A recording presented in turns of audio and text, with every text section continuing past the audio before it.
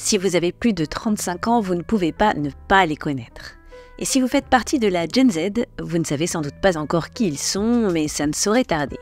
Créé en 96, d'abord sous le nom de Godzilla, Gojira est un groupe français qui donne dans le death metal, ou bien le metal extrême, c'est selon. Et ça donne ça.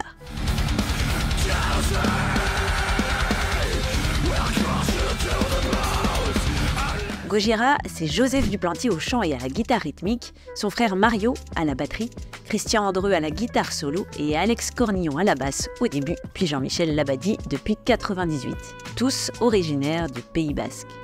Leur succès, ils le doivent à leur premier album Terra Incognita qui sort en 2001. L'aboutissement de plusieurs années de tournées dans les festivals et scènes locales de France comme première partie. Au menu, des chansons à texte écrit en anglais, engagées, qui parlent du changement climatique, de la pollution et du rapport de l'homme à la nature. Plutôt visionnaire, Gojira. C'est avec leur 4e album, From Mars to Sirius, sorti en 2005, qu'ils accèdent à la scène internationale. Ils enchaînent alors plusieurs grosses scènes et partent tourner à l'étranger pour la première fois. Pendant 10 ans, ils croisent des grands noms de la scène métal comme Trivium, Children of Bodom, Lamb of God ou encore Metallica, Slayer ou Slipknot.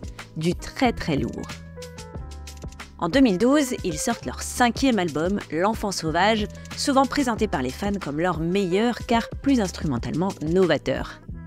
Ils restent dans le classement du top 40 pendant 6 semaines, du jamais vu. En 2016, ils sortent un nouvel album enregistré au Silver Chord Studio construit à New York dans le Queens par les frères Joe et Mario Duplantier. Intitulé Magma, il est nommé l'année d'après pour le meilleur album rock de l'année aux Grammy Awards. Le single Silvera concourt lui aussi dans la catégorie meilleure prestation métal.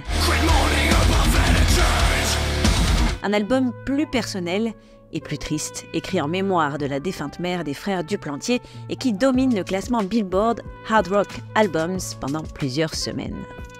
Une première pour un groupe français.